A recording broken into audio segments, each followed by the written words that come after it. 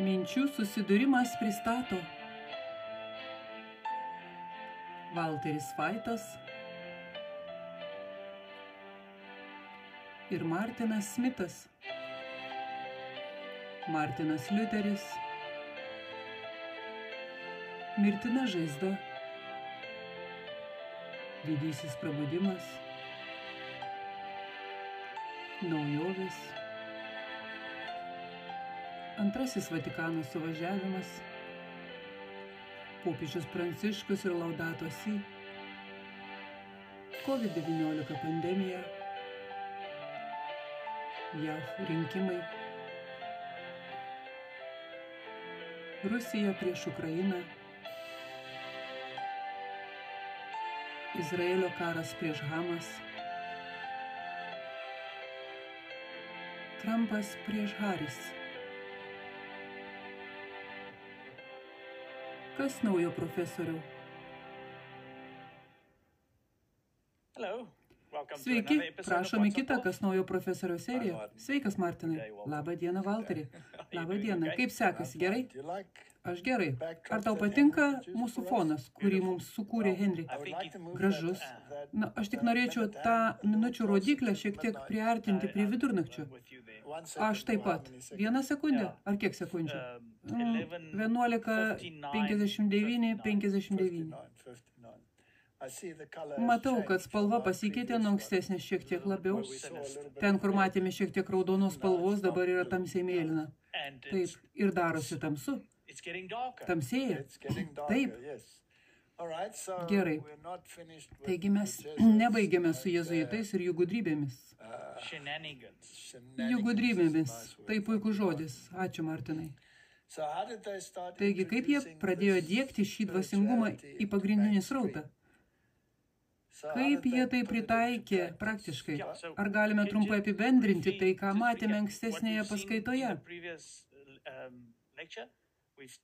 Mes parodėme, kaip jie panaudojo Ignaco Lojolos dvasingumą įsiskverbti į protestantų bažnyčias.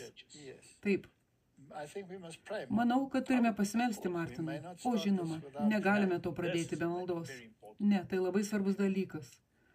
Mūsų dangiškasis Tėve, mes esame labai dėkingi, kad turime Bibliją, kurią padavė į mūsų rankas, kad galėtume suprasti, kas vyksta. Todėl mes prašome dabar šioje diskusijoje, kad taip pat apšviestume mūsų protą ir padėtume mums suprasti. Jėzaus vardu. Amen.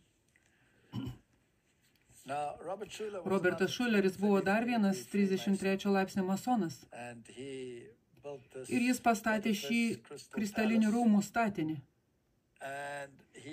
Ir jis paprašė popiežiaus palaiminimo šiai struktūrai, kuri be abejo yra labai apšviečianti. Ir jam patiko aiškinti apie pozityvaus mąstymo galią, kurią jis gavo iš savo mentoriaus Normano Vincento Pealo, kito 33 laipsnio masono. Ir mes žinome, kad pasiekę 33 laipsnį, jie žino, jog Liuciferis yra tikrasis jų dievas. Taip, jis taip pat mėgo savo halatus ir visada mėgo pasirodyti apsirengęs savo halatais. O kartą rimtai susiginčijo su stiuardese, nes nežinau, ką jie padarė, gal suglamžė halato kampelį, kur jie jį pakabino, ir tai buvo visose naujienose. Taigi drabužiai ir išvaizda bei popiežiaus pripažinimas buvo labai svarbus visiems šiems asmenims. Bet jų mokymai, žinoma, yra jėzuitų įkvėpti. Taigi, kaip mes galime išspręsti šią dvasingumo istoriją? Paulas Yonggi Cho, vadovaujantis didžiausiai pasaulyje bažnyčiai Pietų Korėjoje, kuri, žinoma, yra charizmatiška bažnyčia, parašė knygą pavadintą 4 dimensija. Ir knygos pradžioje Robertas Šuleris apie vizualizaciją pasakė taip. Aš atradau dinaminės dimensijos, 4 dimensijos tikrovę maldoje, kuri ateina per vizualizaciją. Nebandyk to suprasti, tiesiog pradėk to mėgautis. Tai tiesa, tai veikia, aš išbandžiau. Taigi, ar mes turime Ignacijos dvasingumą? 100%. Ir jis, žinoma, buvo Riko Voreno mentorius. kuris tapo protestantizmo tėvu. Man tikrai nereikia to tėvo. Ne. Ir tai labai svarbu. Iš tikrųjų, turėtume dar kartą parodyti tą klipą. Pirmąjį klipą, kurį parodėme ankstesnėje serijoje, koks svarbus yra protestantizmas. Tai yra iš Dievo. Tai iš Dievo. O čia yra iš apačios. Ir žinoma, Rikas Vorenas parašė savo garsąją knygą, kuri buvo platinama kiekvienoje konfesijoje, įskaitant daugelį mūsų pačių konfesijoje, kurie naudoja tai mano dideliam siaubui, bet nepaisant to, taip veikia žmogaus psichika. Ta knyga tikslo varomas gyvenimas. Ir visa tai susiję su šia socialinė doktrina. Viskas apie šios dalykus. Pamatysime po akimirkos. Mes tęsiame tą patį protestantizmo naikinimą ir išardymą jezuitų, velniškiausios organizacijos, kuri kada nors teršė šią žemę. Ir tai ne jūs sakote. Tai yra iš įkvėpimo dvasios. Tai labai įkvėpta. Taip. Taigi, vizualizacija yra hipotezė. Martinai, o štai citatos. Psichologas Michaelas Yapko aiškina, dažnai terapeutas net nežino, kad daro hipnozę. Jie daro tai, ką jie vadina vadovaujamais vaizdais. Tai yra vizualizacija arba vadovaujama meditacija, kurios visos yra labai populiarios hipnozės technikos. Ir šie charizmatiški pamokslininkai, kaip Benihinas, ir visi jais naudojasi, o tie žmonės pargriūva ir jie vadina juos dvasioje nužudytus. Jis nužudytas demoniškoje veikloje hipnozės būdu. Taip, taigi mistinė patirtis. Čia labai įdomus straipsnis, tai apie Karlą Jungą ir parodoma, kaip atsirado jo patirtis. Šveicarų psichologas ir pagrindinis psichoterapijos bendradarbis Karlas Jungas išugdė gebėjimą turėti vizijas iš gilios vaizduotės. Tai ignaciškasis dvasingumas. Kai kurie šios tyrinėjimus vadina mistinė patirtimi, o kiti sako, kad jie panašesni į menininko kūrybinį mąstymą. Be šių išgyvenimų Jungas turėjo keletą spontaniškų regėjimų, kai jis atsigavo po širdies smūgio, kai jam buvo 69 metai. Visos jo vizijos išsamei aprašytos jo knygoje prisiminimai, sapnai ir atspindžiai. Taigi, tą patį patyrė ir Ignacijus Lojola. Ir atsimenate, mes citavome iš istorinių šaltinių. Ir jam pasirodė šie chimeriniai apsireiškimai. Ir jis buvo vedamas dvasinio pasaulio, o Dievo žodis buvo paneigtas. Taip. Taigi, Jungas naudoja vizualinę techniką, kuri jo manymu padeda jam gilintis į aktyvią vaizduotę. Ir ši technika yra tikroviška nusileidimo į didįjį atstumą, vizualizacija. Argi neįdomu, kad visada nusileidi? Tu nepakyli. Iš šios patirties jis mano, kad jis nusileido į apie 300 metrų gilį. Alisa stebuklų šalyje taip pat nusileidžia ir semėsi įkvėpimo iš apačios, ne iš viršaus. Ten jis atranda kosminę bedugnę. Štai kur gyvena velnias, Martinai. Tada jis pamato kažką panašaus į Mėnulio kraterį ir tada jaučiasi esąs mirusiųjų šalyje. Pasirodo senis, jis mato biblinę figūrą, tiesa? Jis pamato seną vyrą ir paklausė, kas jis toks, o senis pasirodo esąs Elijas. O mergina, kuri yra su juo, yra Salomė. Ir jis vis svarsto, kokia keista pora. Prisiminkite, Salomė yra ta, kuri šoko prieš Erodą ir paprašė Jono Krikštytojo galvos. Būtent. Taigi Elijo žinia ir Salomės yra kaip yin-yang. Jie tiesiog netinka kartu, bet yra kartu. Taip. Bet Elijas sako Jungui, kad jis ir Salomė yra kartu visai amžinybei. Tai yra yin-yang filosofija. 100%. Kartu su tais dviem yra trečia didelė juoda gyvatė. Tai skamba labai tikroviškai. Jungas laikosi arti Elijo ir laikosi atokiai nuo Salomės, taigi jį labiau traukia baltasis spiritizmas, nei juodasis spiritizmas. Martinai, visa tai yra demoniški dalykai. Taip. St. Louiso universitetas praktikuojantis ignacišką aistrą. Tai stebėtina. Jie uždavė klausimą, Karlas Jungas ir Ignaco Lojolos dvasiniai pratimai. Argi tai neįdomu? Nuostabu. Taigi tai yra St. Louiso universitetas. Vedėjas yra Anthony Moore'as. Jis turi daktaro laipsnį, specialusis Georgetowno universiteto prezidento asistentas. Ar čia vėl mūsų jėzuitai visur? Visur. Nieko nerasite be jų. Jie visada yra šiuose tamsiuose požeminiuose koridoriuose ir atlieka savo niekšišką veiklą, kad ir kokia jį bebūtų. Ką turi pasakyti vienas kitam 20 amžiaus šveicarų psichoanalitikas ir 16 amžiaus ispanų mistikas? Seminaras remiasi prielaida, kad Karlas Jungas siūlo unikaliai suderinamą psichologinę sistemą Ignaco Lojolos dvasinių pratimų dinamikai suprasti. Nemanau, kad turime skaityti daugiau. Ne, tai jau rodo, kad veda ta pati dvasia. Taip. Ir kur jį veda? Paskaitykime paskutinį sakinį. Jį veda į jūsų autentišką aš. Štai, prašau. Sujungianti nesąmoningą psichinę energiją ir girdi karaliaus kvietimą. O kas yra karalius? Tai popiežius, ne Jėzus Kristus, ne. Taigi, tu turi žinoti, kaip jie suformuluoja dalykus. Kaip jūs minėjote ankstesnėje serijoje su jėzuitų generolu, kuris teigia, kad galite turėti įžvalgų ir ta įžvalga ateis, vėlgi, kaip čia minėta, iš savęs.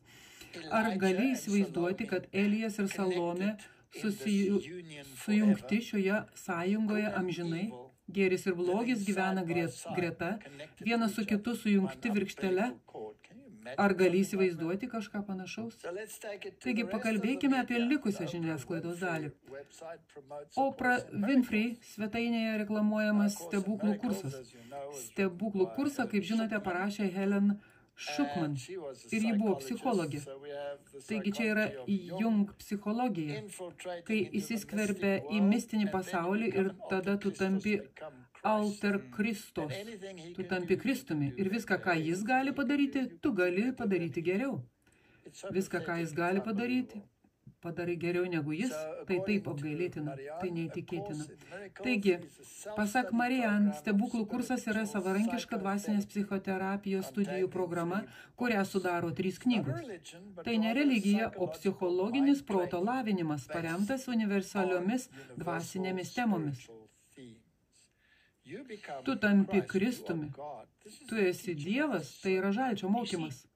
Matote, ypač šiuolaikinėme amžiuje, pastaruosius 20 metų, šis psichologinis mokymas, visa tai, tokio tipo knygos vis dar yra tokios paplitusios ir šiandien, nes tai nėra pagrįsta religija, bet moko jūs apie tai, kaip tu pats turi būti geresnis. Oprah Winfrey visada pristato šį krikščionišką veidą ir ji pakviečia kalbėtojus iš įvairių spektrų, įskaitant tuos, kurie iš tikrųjų žino tiesą. Ir tiesiog supila viską į ekumeninį puodą ir gamina troškinį. Taigi, pažiūrėkime, ką jis sako. Meditacijos gale. Oprah ir gyvenimo treneris. Čia vėl treneris. Cheryl Richardson kalba apie meditacijos svarbą ir paaiškina, kaip galite pradėti sutelkti dėmesį į save. Viskas yra iš čia, kur nėra nieko, išskyrus nedorybę, pasak šventojo rašto. Taigi, nesijaudinkite, jei per kitas 5 minutės nieko stebuklingo nenutiks. Svarbu, kad praleidi 5 minutės ramaus laiko su savimi, tiesiog nukreipdama savo regėjimą į vidų, o tai leidžia daryti užmerkus akis. Tada tau pavyko. Tu padarei kažką labai svarbaus. Tiesą sakant, tikriausiai tai vienas iš svarbiausių dalykų tavo gyvenime. Taigi aš tiesiog atliksiu 5 minučių meditaciją. Vadovaujama vizualizacija, ignaciškas dvasingumas. Ką tik pamatėme tame universitete, tai kad vienas tas pats dalykas. Galbūt norėsite pasidėti daiktus ant grindų ir patogiai įsitaisyti. Sėdėkite taip, kad jums būtų patogu. Taigi čia sako Opra, tiesiog pradėkite nuo to ir būsite nustebinti disciplinos atsirandančios tai darant reguliariai, kaip jūsų gyvenimas pradeda klostytis kitaip. Aš tai vadinu centravimusi į save. Aš verčiau sutelkčiau dėmesį į Kristų. O tikrai. Taigi, Martinai, mes anksčiau parodėme, kad tokias pratybas šiandien atlieka aukštose politinėse vietose esantis asmenys. Taigi, pažvelkime į tai dar kartą tik dėl išsamumo. Jūs būsite uždarytas 4 mėnesius. Ką jūs planuojate daryti su tuo laiku? Ką skaitysite? Kuo užimsite savo laiką? Na, aš turiu gana griežtą režimą. Taigi, tęsiu. Aš atlieku daug dvasinių pratimų, sekdamas šventuoju Ignacijum Loyola, įvairių dvasinių pratimų kylančių iš katalikų bažnyčios. Nors iš tikrųjų sakyčiau, jei pažvelgsite į mūsų viešpatį ir gelbėtoją Jėzų Kristų, vadinsiu save iki krikščionišku. Nenorėčiau įžeisti jo vardo, sakydamas, kad esu krikščionis, atsižvelgiant į tai, kad tai labai griežti ir aukšti standartai. Taigi, Martinai, ar ta praktika yra kažkas, kas mirė mūsų dienomis, ar ji gyva ir sveika ir gyvena Vašingtone? Tai puikiai suformuluota, nes būtent taip žmonės pasakytų. O ne, bet tai senai... Ne, atsiprašau. O kaip sportas? Tai taip pat yra kažkas, kas įveda jūs į beprasmišką būseną. Ir tai jautri tema. Taip, nes tu šokinėjai aukštyn ir žemyn, jei kas nors įmuša įvartį, ar dar ką nors, ir patenki į gilę depresiją, jei kas nors įmuš įvartį. Žinai, įvartis yra įvartis, kodėl nesi patenkintas, kai kamuolys patenka į tinklą. Jei tikrai pagalvotume, jei tai būtų krikščioniška, jei būtų krikščioniškas sportas, tai būtų būtent taip, visi dirbtų kartu, kad darytų tą patį ir visi džiaugtųsi vieni kitais. Manau, mes suartume visus laukus ir pasodintume bulves. Tai būtų puikus dalykas. Bent jau žmonės turėtų ką valgyti. Skamba pažįstamai. Aš tai girdėjau anksčiau. Jėzuitai ir sportas. Jie yra vyriausybėje, jie yra už profesionalaus sporto. Pittsburgh Steelers savininkas yra Maltos Riteris. Detroito Liūtų savininkas yra Maltos Riteris. Visi aukščiausi šių klubų savininkai dažniausiai yra Maltos Riteriai, verčiantis žmonės jaudintis dėl žaidimų ir sporto, kol jie užsiima tironijos kūrimu. Tai yra iš juodojo popiežiaus. Ir tai tik dar vienas patvirtinimas, kad sportas iš tikrųjų yra kita garbinimo forma. Tikrai. Yra klipas, kuriame Madonna kalba apie tai, kad ji turėjo atlikti ceremoniją. Ji ją tai pavadino pamokslą šventų švenčiausiojoje. Visa tai buvo padaryta per futbolo varžybas. Taigi, visa tai yra jėzuito dvasingumo dalis. Atitraukite mintis nuo švento rašto, sutelkite dėmesį į romėnų žaidimus. Jie tai darys bažnyčioje, jie tai darys arenoje, jie tai darys kino teatre ir baltuosiuose rūmuose bei vyriausybės salėse. Taigi, vizualizacija sporte. Mums nereikia gilintis į detalės, bet taip iš tikrųjų vyksta. Tai labiau proto lavinimas nei bet ko kitko. Gerai. Kai aš baigiau mokyklą, kai man buvo maždaug 30 metų, man kilo toks noras tai daryti, nes mėgau lengvąją atletiką. Taigi aš nuėjau ir treniravausi ir mes užsiiminėjome varžybom lengvąją atletiką. Ir mūsų treneris, įdomus vardas jūsų treneris, mes iš tikrųjų atlikome vizualizacijos psichologiją. Tu guli, jie groja muziką ir viena geriausių dainų, kurią visada naudojo priklausomai nuo to, kokią veiklą užsiimate, yra ugnies vežimai. Ir tu klausai šios muzikos, įsivaizduoja visas savo lenktynės ir kaip galiausiai tu laimi. Taip tu išmoksti tokio tipo dalykų. Būtent tai jie ir daro. Taigi, jūsų pasitikėjimas savimi, jėga ir koncentracija pagerėja. Tu puikiai treniruojasi, bet prastai pasirodai varžybose? Ar kartais jautiesi fiziškai silpnas, kai ruošiesi rungtyniauti? ar tiesiog nori tobulėti ir judėti toliau.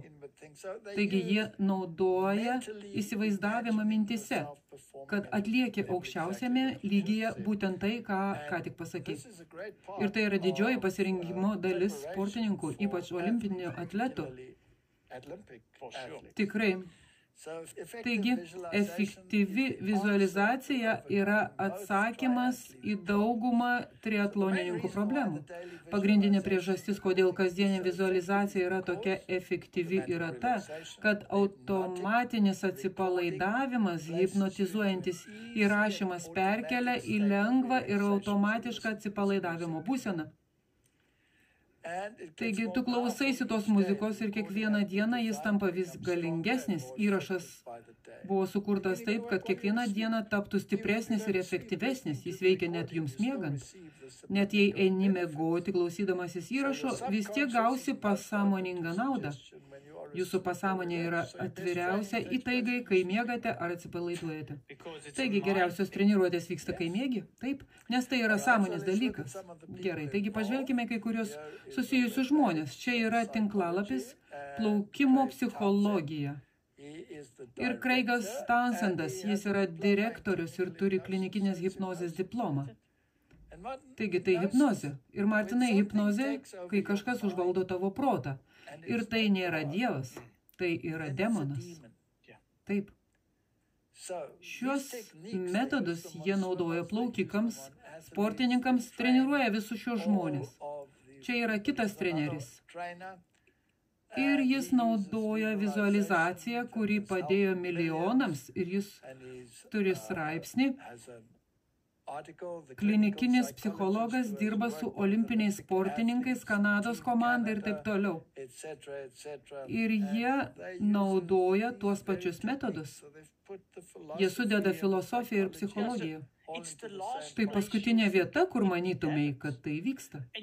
Sportas, jūsų manimų, tai yra geras dalykas, nes įsivaizduojate save situacijoje, kuri laimėjo lenktynės. O tai tik lavina jūsų protą, skamba nekaltai. Paimkime tą pačią techniką ir perkelkite ją į dvasinę sferą. Tai jau dvasinga, bet jie nežino. Dabar jūs perkeliate tai į dvasinę sferą ir nesvarbu, ar tai hinduistas, ar budistas, ar katalikas, ar charizmatas, tai tas pats principas. Taigi pažvelkime į naujojo amžiaus pakylėtų meistrų tyrimų centrą. Ir jie naudoja vizualizacijas, nes tai brangakmeniai iš pakylėtųjų meistrų. Pavadinkime juos pakylėtaisiais demonais. Ne, iš tikrųjų nusileidę demonai, jie niekada nepakyla, jie visada išlenda iš bedugnės duobės.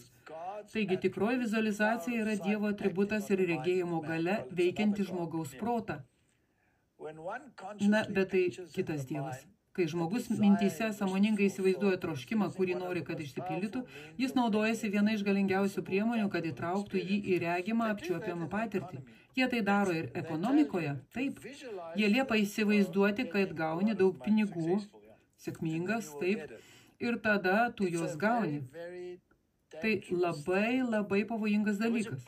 Buvo knyga pasirodžiusi 2000-ųjų viduryje. Ji vadinasi paslaptis. Tai buvo teigiamas mąstymas ir kuo daugiau apie tai galvoji teigiamai, tuo labiau pritrauki pinigų ir visokią sėkmę. Tai buvo didžiulis dalykas. Manau, kad tai buvo visame pasaulyje, kad jie netgi rengė kursus šią temą. Čia ta pati naujojo amžiaus filosofija. Tai labai, kaip perteikti, Martinai, taip labai pagodžia, nes tarkime, kad turi problemą ir pradedi įsivaizduoti, kad ši problema bus išspręsta taip, taip ir taip, tada tu pasitiki šiais dalykais, kurie tave palaikys ir tu lauki reikalo išsisprendimo. Pergalė ar pinigai, arba šis, arba puiki galimybė, pavadinkime tai ramentu, kuriuo remiesi, kad perkeltų tave per neligumus.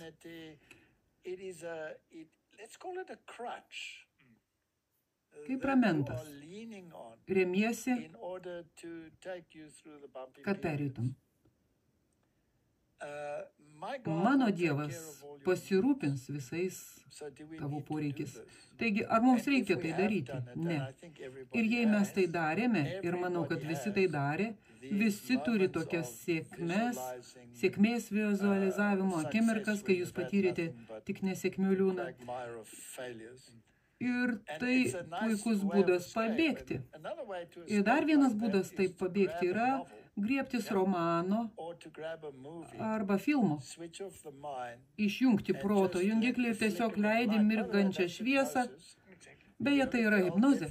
Taip, jei pažvelgsite į seną hipnozės apibrėžimą, tai yra užtemdytas kambarys su mirgančiu ekranu. Tai filmas, būtent, perkelia jūs į pakitusią sąmonės būseną ir tada ateina šios idėjos. Dažnai, jei klausėte žmonių lauke, ką matėte, jie net negali prisiminti. Būtent, jie nežino, kas vyko. Taigi tai labai pavojinga. Iš tikrųjų, turėtume aktyviai prieš tai kovoti. Kokia ten citata? Tavo proto dievas? Tavo proto keliai?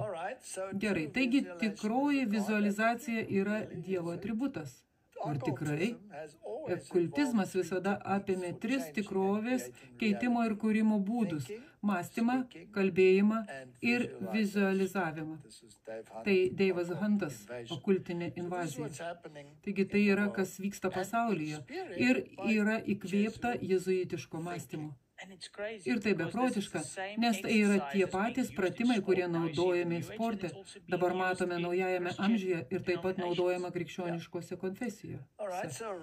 Taip, taigi Robertas Šuleris moko, kad bažnyčios problema yra ta, kad ji šimtmečius turėjo į Dievą orientuotą teologiją, kai jai reikia į žmogų orientuotos teologijos. Tai iš knygos Savigarba, nauja reformacija, tai jo paties žodžiai. Tai kyla klausimas, iš kur jam kilo ši idėja. Antrojo Vatikano suvažiavimo išvada popiežius Paulius VI vyskupams pasakė, kad bažnyčia nusprendė pasirinkti žmogų, tarnauti žmogui, kad padėtų jam kurti savo namus šioje žemėje. Martinai, ką sako Biblija? Mano karalystė nėra iš šio pasaulio. Ne iš šio pasaulio. Žmogus su savo idėjomis ir tikslais, žmogus su savo viltimis ir baimėmis, žmogus su savo sunkumais ir kančiomis, tai buvo pagrindinis bažnyčių susidomėjimo objektas, sakė pontifikas vyskupams. Taigi tai yra antrojo Vatikano suvažiavimo problema ir tai atima iš mūsų visą troškimą būti su Jėzumi ir geresnė karalystė. Tai socialinio teisingumo pozicija.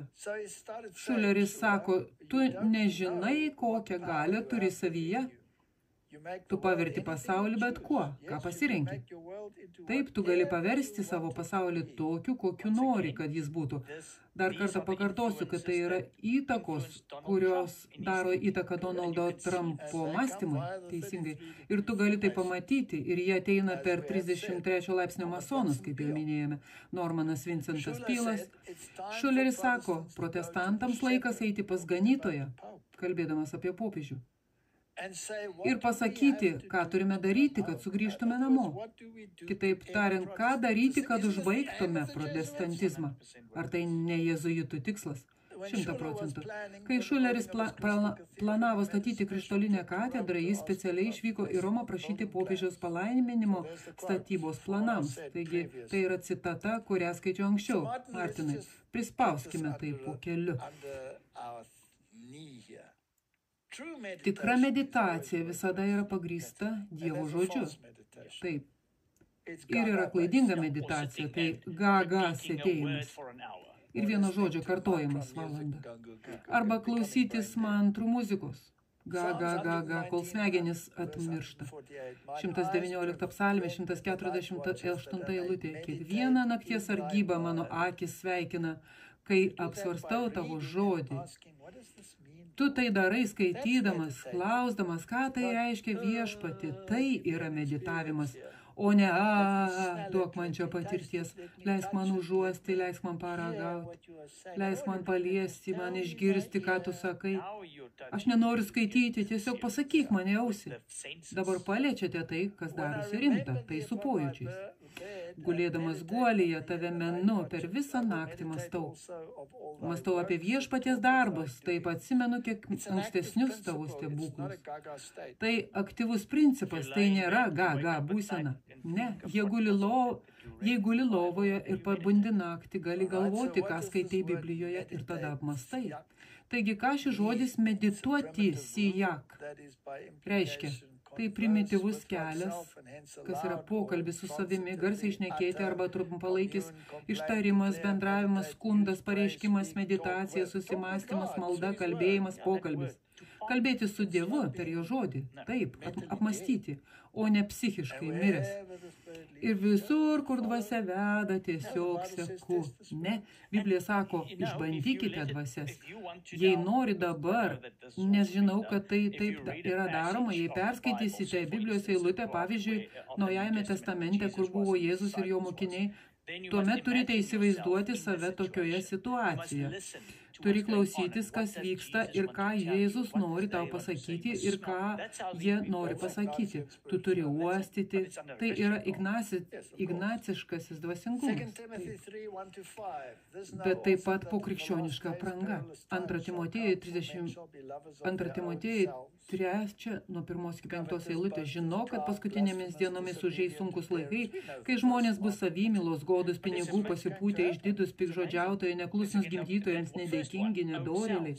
Mes žinome tas eilutės, Martinai. Tai bus, tai stebėtina. Tai vėlgi savymylos, savo paties aš. Ar tai nėra vienas iš pagrindinių dalykų, kuriuos jie mums sako, tai jie tau sako. Nemeilus, nesutaikomi, šmeižikai, nesusivaldantis, šiurkštus, storžieviai, nekenčiantis to, kas gera, išdavikai, pramuštgalviai, pasipūtėliai, labiau linkę į malonumus negu į Dievą, dedasi maldingi, bet atsižadėję maldingumo jėgos. Kitaip tariant, žvelgti į savo vidų, o ne į Dievo žodį, nuo tokio nusigręžimo, sako Biblija. 1880 metų raštuose skaitome, žiūrėdami į Kristų, jūs pasikeičiate, kol pradėsite neapkęsti savo buvusios puikybės, buvusios tuštybės ir savigarbos, savo teisumo ir netikėjimo. Tu atmesi šias nuodėmes kaip bevertą naštą ir vaikščiosi nuolankiai, romiai pasitikėdamas Dievu. Praktikuosi meilę, kantrybę, švelnumą, gerumą, gailestingumą ir visą malonę, kuri gyvena ir Dievo vaikuose. Ir išliks tarp pašventintų ir šventųjų. Tai yra priešingybė, visiška priešingybė nei kas vyksta. Man patinka, kai čia jį teigia, kad tol, kol neapkesi savęs buvusioje. Taip, tu turi nekesti to, kuo buvai. Jei turiu galvoti, kad turiu grįžti ir vėl atlikti tokio tipo vizualizaciją, nekesčiau to, nenoriu, nes tu esi atimtas nuo savęs. Ir jei tu nusidėjai, tada prašyk Dievo tau atleisti, susitvarkyk ir daugiau niekada to nedaryk. Būtent šio savigarbos ir savarankiškumo keliu šėtonas sieks įvilioti Dievo tautą. Martinai, ar taip atsitiko? Gali pamatyti visą pasaulį, visas pasaulis įviliotas. Mes turime šį įspėjimą, tai ne tik ten, bet ir Biblijoje. Tai labai rimta problema. Taigi pereikime į kitą lygį. Willow Creek, Bill Hybels. Kieno jis buvo mokinys? Šulerio. Vėl. Tu turi trenerį, kuris turi trenerį, kuris bėga pas popiežių gauti jo palaiminimų. Taip, visa sistema veikia. Taigi, prigimdykime vaikų suprasti, kad nauja terminologija. Taigi, kokia tai yra terminologija? Jei einate į jų tinklalapį, tai yra jų tinklalapis. Mes to nesugalvojame. Jei perskaitote šios žodžius ir išgirstate juos arba perskaitote dar kartą, atsiranda bėrimas, atsiranda dilgėlinė, vizualizacija, formavimas, vizualizacija, mentorystė. Mane pikina tai išgirdus. Dvasinė kryptis, sutarimas, ekumenizmas, seisminis poslinkis. Mes kalbėsime apie seisminį poslinkį, bet visiškai kitokiame šios nesąmonės kontekste. Tarp dvasinė bendruomenė, besikeičiantis garbinimo veidas, potvinio stabdymas. Stabdymas potvinio ko? Meditacijos propaguotojas teigiamai rašo apie vienuolinę bendruomenę. Mes grįžtame į celes, kylanti bažnyčia. Iš naujo atrasti dvasinį ugdymą. Ar aš tikrai noriu atrasti, ką Ignacijus veikia savo apgailėtinoje būsenoje, kurioje jis buvo? Ir tada, žinoma, dvasinis ugdymas, praktika ir visa tai tapo įprasta. Ir tada jie cituoja knygas kaip koks didelis tavo Dievas, jėzuito kunigo Pauliaus Kautinjo. Martinai, šie jėzuitai yra visuose medžių dirbiniuose. Jie tarsi borvabaliai ėda medieną, kol namas sugrius. Tai labai gera analogija, nes jei pažvelgsi tai, tu jų nematai. Jų nematai tik tada, kai įgriūva stogas ir tavęs nebėra. Gerai, Martinai, čia yra vienas iš mano mėgstamiausių neteigiame prasme, o absoliučios priešingybės prasme tam, už ką šis vyras pasisako. Jis yra tėvas pranciškonas, vadinkime jį kunigu jų Romos katalikų sistemoje. Ir jam patinka būgnai, šokėjai ir jis kalba apie tėvą, motiną, Dievą. Ir taip toliau. Rohras pakeitė kai kurias Eucharistijos liturgijos maldas. Pradėdamas pratarmę, jis meldėsi tėvę ir motiną Dievę. Iš kur jam kilo tokia nesąmonė? Ir tai tas pats mormonizme, jie taip pat tiki motiną Dievą. Prieš pašventindamas ostiją jis pasakė, prieš atiduodamas mirčiai jis pasakė taip. Prieš vyno pašventinimą Rohras meldėsi, baigiant vakarienę jis padėkojo, pašlovino ir atidavė taurę savo mylimiesiems. Po pašventinimo Rohras pasakė, Kristaus kraujas bus išlietas už jūs ir už visus, kad žinotumėte, jog jūsų nuodėmės atleistos. Melsdamasis už išėjusiuosius, jis vadino juos ypač tavo mylimaisiais, kurie jau yra su viešpačiu. Tai spiritizmas, sielos nemirtingumas, tai slibino religija, sumaišyta su žvėries religija, pateikiama kaip vynas netikrojo pranašo religijai. Taip, ir tai yra visas Babelės konglomeratas. Taigi, krito Babelė. Ji tapo demonų namais, visų nešvarių ir pasibjaurėtinų paukščių namais. Tikiuosi, kad tai paaiškės ir tikiuosi, kad galėsime tai dar kartą paaiškinti. Tai yra puolęs protestantizmas, bažnyčių prisijungimas ir mes tai matome, absoliučiai. Rohras pratarnavo mūsų tėvę, sakydamas, dabar žinodami, kad esame daugiau vienas nei daugelis, nors ir kilę iš skirtingų rasių, visi dalijamės tuo pačiu Dievu tėvų motina. Atleiskite, aš nesidalinu tavo Dievu tėvų motina. Aš nenoriu būti tavo partijoje. Mes kartu šaukiamės savo Dievo žodžiais, kuriuos mums davė Jėzus. Tėve mūsų, kuris esi danguje. Ne, tu visai kitaip apibrėžiai tą dievybę. Tu padarėjai yin-yang androgeninę dievybę ir vienintelis, kuris perima tuos parametrus, yra Bafometas, Liuciferis, demonas, šėtonas. Taigi, ar Roma pasikeitė? Ne, jie tampa blogesni. Gerai, taigi pažvelkime į kai kuriuos jo mokymus. Martinai, ar manai, kad jis tiki, kad mes esame dievai, kad esame dieviški? Na, iš to, ką jis ką tik pasakė, esu tikras, kad tiki. Ar manai, kad jam labiau patinka gyvatės mokymai Edeno sode, negu Dievo žodžio mokymai? Paklausykime. Dabar pamatysime, kaip tarp religiškumas skatina iš esmės tą pačią pasaulėžiūrą, kaip ir raganavimas. Kas me tokie? Ir dauguma žmonių nežino, tu atėjai iš Dievo. Tavo giliausia DNR yra dieviška. Tai, ką jūs darote kontempliacijoje, yra perėjimo į lygmenį, esantį žemiau jūsų minčių, į grynos būties lygį, ką mes vadiname grynąją sąmonę, mistinis, kontemplityvus, nesusidvejinęs protas. Ir aš vartoju tuos 3 žodžius pakaitomis, jie yra tas pats dalykas. Tai ne tik įrankis, bet ir bendrystė. Ar tu suvoksi patį Dievo buvimą tavyje ir kaip tu? Taigi visa tai yra pabudimas, visa tai yra sąmoningumo reikalas. Ir jei tu pasieki dabartį, Dievo esybę, sąmonę, vartok bet kokį žodį, kuris tau patinka, tai iš tikrųjų nesvarbu. Tai nesvarbu. Tai nesvarbu. Richardas Roveras atkartoja knygą Bendra širdis, 20 metų apžvalga apie kasmetinius viršūnių susitikimus, kuriuose dalyvavo budistai, hinduistai, sufijai, musulmonai, žydai, krikščionys ir indėnų šamanai, kuriuose jie visi sutiko, kad Dievas yra per didelis, kad tilptų į vieną religiją.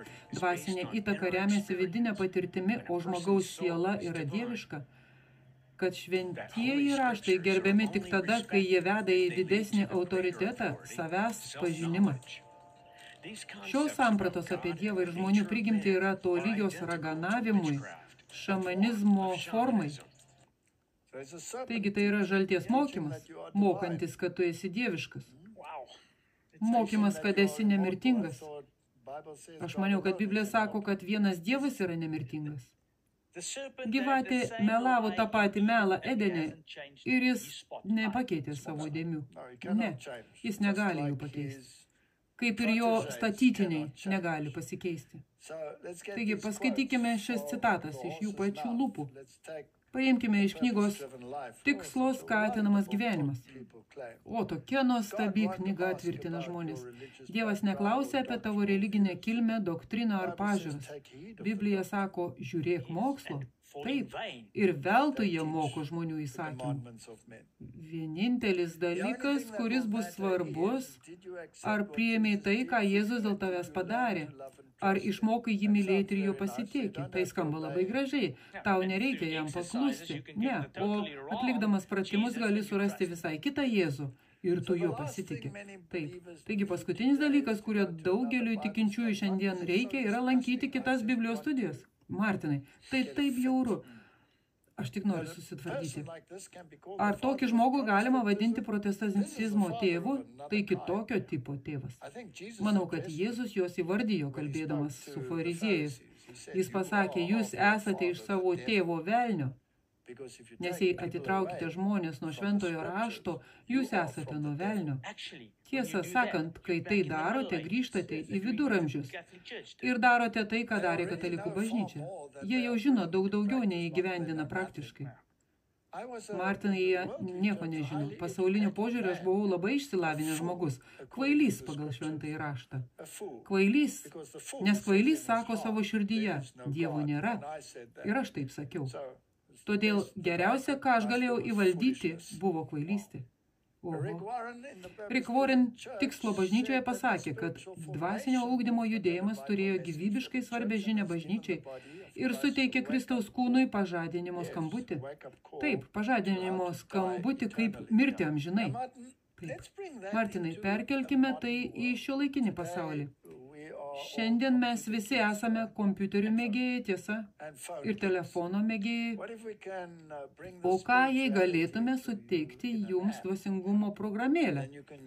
Tada galite naudoti šią technologiją, kad paskatintumėte velnio darbą, tiesa, ir nesąmoningai didžiąją laiko dalį jūs dalyvausite tame. Taip, tada jūsų programėlė tampa jūsų treneriu. Taigi dabar jums nereikia eiti į celės grupelę.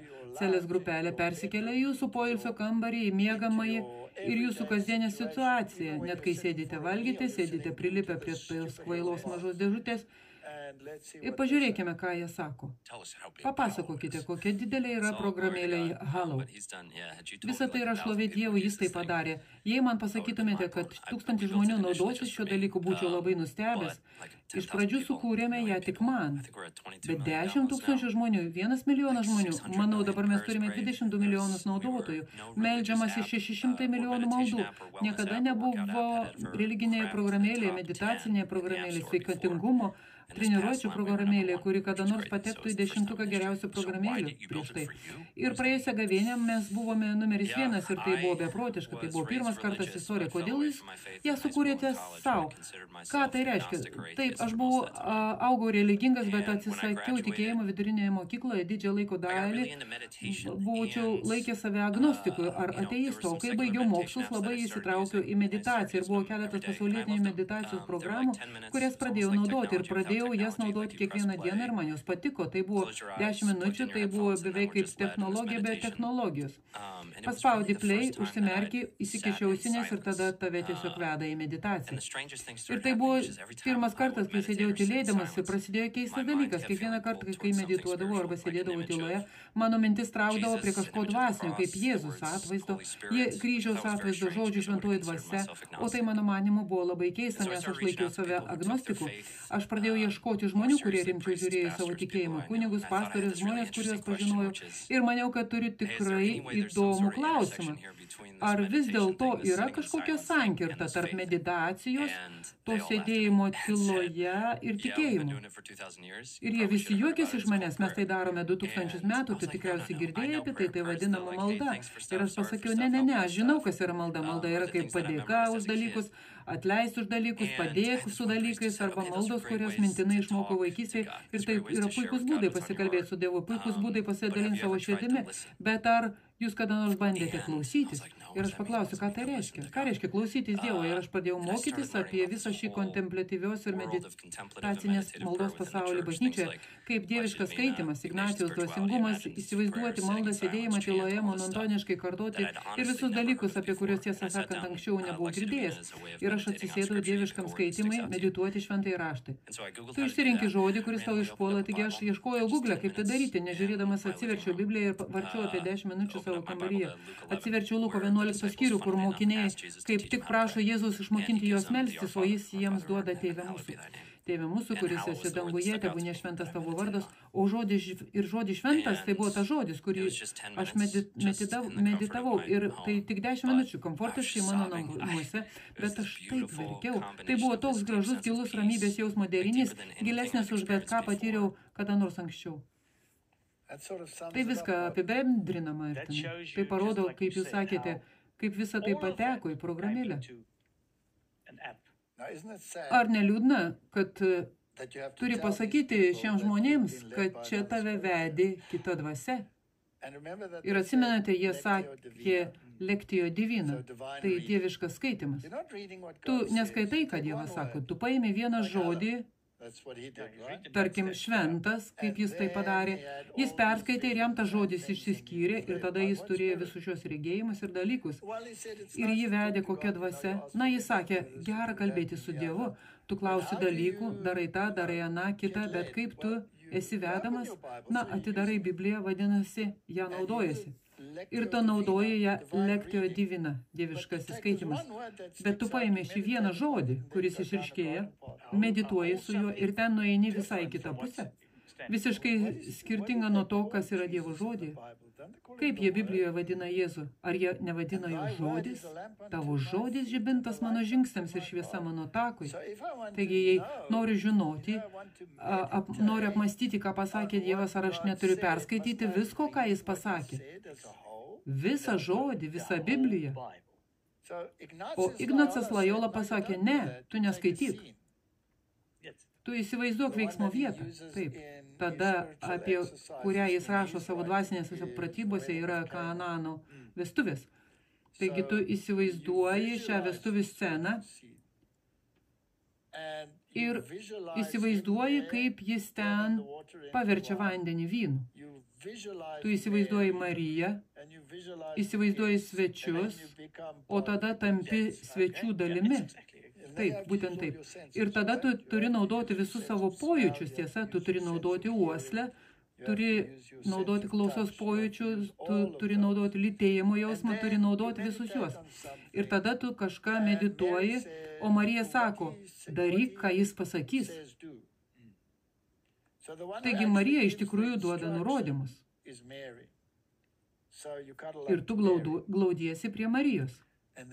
Ir tada tu pradedi liesti jos drabužius, jauti tekstūrą, užuodi jos kvepalus ir iš esmės leidėsi į savotišką meilės kelionę.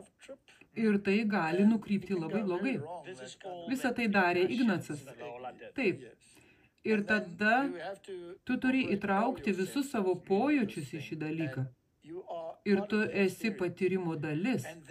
O tada ši esybė, su kuria esi susijęs, vadinkime ją Marija, šiuo konkrečiu atveju. Ir ji pradeda kalbėti su tavim, nes dabar tu esi veiksmo vietos dalis, dabar tu gauni informaciją. Bet ta informacija gali būti subtili, gali atrodyti kaip biblinė, bet tiesiog nukreipia tave kitų kelių. Tada jis turi kitą vizualizaciją, kuri yra apie pragarą. Ir jis sako, kad tu turi tai patirti. Tu iš tikrųjų turi įsivaizduoti skausmą.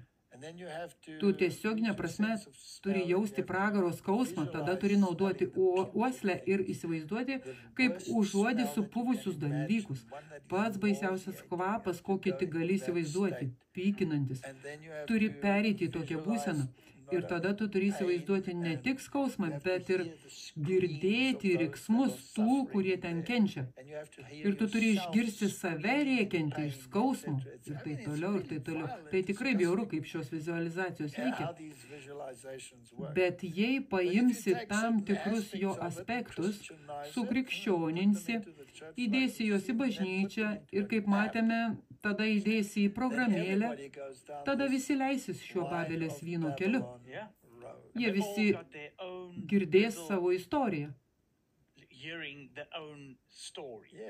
Taip, ir tada tu įtrauki didžiuosius pasaulio aktorius ir panaudoji serialą, tokį kaip The Chosen, išrinktieji. Ir matai, kad jie taip pat naudoja vizualizaciją ir programėlę ir taip toliau. Pažiūrėkime. Man labai įdomu, kad vaikinas, kuris vaidina Jėzų, yra Romos katalikas ir labai garsiai kalba apie savo Romos katalikybę. Jis turi programėlę Hallow, kurią nuolat reklamuoja, kad žmonės prisijungtų. Aš esu jūsų vadovas Hallow, maldos ir meditacijos programėlėje, kuri padės rasti ramybę. Giliai įkvėpkite vardant Tėvo ir Sūnaus bei Šventosios Dvasios. Amen. Tai Jėzaus paveikslas įspaustas į visuomenės mintis, o jis savaime suprantama yra katalikas ir tai paskatins žmonės būti palankesniems. Šventasis Tėvas sakė, kad didžiausias mūsų turimas ginklas prieš velnią yra rožančius. Išbandykite. Gerai, Martinai, taigi tai įveda katalikišką kontempliaciją. Rožančius yra pasikartojanti malda. Biblija aiškiai sako, kad turite laikytis atokiau nuo pasikartojančių maldų. Nebūk kaip pagonys, kurie nuolat kartoja. Rožančius, žinoma, centruojasi į Mariją. Nes tu sakai 10 sveika Marija, viena Tėve mūsų. 10 sveika Marija, viena Tėve mūsų. 10 sveika Marija. Taip tu eini per karoliukus ir musulmonai taip pat sėdė su tais karoliukais ir monotoniškai meldžiasi. Taigi pasikartojanti malda yra pagoniškos kultūros dalis. Ir tada, žinoma, galų gale yra tikėjimas ir taip toliau. Paaiškinkite apie karoliukus, kuriuos matėme aplink pirštą. Kad skaičiuotumėt, skaičiuoji tai sakydamas. Tu iš esmės keiti savo sąmonės būseną. Taigi, tu sakai 10 sveika Marija. Šventoji Marija yra Šventoji Marija, pilna malonės, viešpats tebūnie su tavimi, būk šventa ir taip toliau. Galėčiau kartoti, nes buvau ten praeityje. Bet Marija yra centre. Marija centre. 10 maldų Marijai, vienas Tėve mūsų. Ir žinoma, palieka paskutinę eilutę, nes tavo yra karalystė galia ir šlovė per amžių amžius. Nes ta karalystė galia ir šlovė priklauso popiežiui, taigi išimkime tai iš to eilučių. Priešingai šiai pasikartojančiai maldai yra maldos būdas pagal Bibliją. Taigi palyginkime jas abi. Malda – tai širdies atverimas Dievui kaip draugui. Tai yra iš gražios knygos Kelias pas Kristų. Ji reikalinga ne tam, kad Dievas sužinotų, kokie mes esame, bet kad mes galėtume jį priimti. Malda priartina ne Dievą prie mūsų, bet mus pakelia prie Dievo. Centravimasis nukelia tave žemyn. Taip, o malda tave pakelia. Yra dar viena citata iš Laikų ženklų. Yra 2 rūšių malda. Formali malda ir tikėjimo malda. Nustatytų įprastų frazių kartojimas, kai širdis nejaučia Dievo poreigio, yra formali malda. Kai meldžiatės, sako Jėzus, nenaudokite tuščių kartojimų, kaip tai daro pagonys, nes jie mano, kad bus išgirsti dėl jų gausaus kalbėjimų. Bet malda kylanti iš nuoširdžios širdies, kai išreiškimi paprasti sielos troškimai, kaip mes prašytume žemiško draugo paslaugos, tikėdamėsi, kad ji bus suteikta, tai yra tikėjimo malda. Įdomu, Martinai, šie žmonės verčia tave kartoti tokias frazes kaip Jėzus, šventas ar dar ką nors 100 kartų, kol būsi visiškai užhipnotizuotas. Tai demoniška. Aš turiu omeny, ar gali kalbėti su kuo nors taip? Aš visada taip sakau. Taigi, jei aš turėčiau atsisėsti lotoso pozoje ir sakyti, ką nors gražaus savo žmonai, tarkime, aš tave myliu. Ir aš tai sakyčiau 500 kartų. Aš tave myliu, aš tave myliu, aš tave myliu, aš tave myliu. Tai tarsi sugedus plokštelė, kuri užstrigo. Aš tave myliu, aš tave myliu. Galiausiai jį turės paimti keptuvę, kad išvaduotų mane iš kančios. Bum, kaip budistų gongas. Kaip tai net logiška. Tai nelogiška, tai apgailėtina. Yra dar vienas Riko Vareno planų, kuris buvo vadinamas taikos planu. Tai didžiulės pastangos sutelkti 1 milijardą krikščionių visame pasaulyje bažnyčią į bažnyčią. Taigi tai pastangos būti vadovaujamiems mažų grupių komandų, kurios pultų mūsų dienų pasaulinius milžinus, dvasinę tuštumą, korumpuotą lyderystę, skurdą, ligas, vėl socialinės problemas, tiesa? Taigi šie pasauliniai milžinai yra puolami holistiniu būdu ir taip toliau. Pirmiausia, bažnyčios vietinėje bendruomenėje, kurią jie vadina Jeruzalė, netoliese esančiose bendruomenėse, kurias jie vadina Judėja, regioninėse teritorijos, kurias kertančias kultūrinės kliūtis, kurias jie vadina Samarija ir visame pasaulyje. Ir štai kodėl Dievas mane sukūrė, sakė Rikas Vorenas, visą tai, ką padariau, buvo tiesiog pasiruošimas taikos planui. Taikos planas ir jungtinių tautų tikslai yra visiškai tas pats. Taigi, ką reiškia ramybė? Tai reiškia kurti bažnyčias, aprūpinti lyderius, padėti vargšams, rūpintis ligoniais ir šviesti ateinančią kartą. Kuo šviesti? Taip, su dvasinio ugdymo seilėjimusi. Taip. Tailardas de Šardinas buvo jungtinių tautų filosofas jezuitas. Jis jezuitas.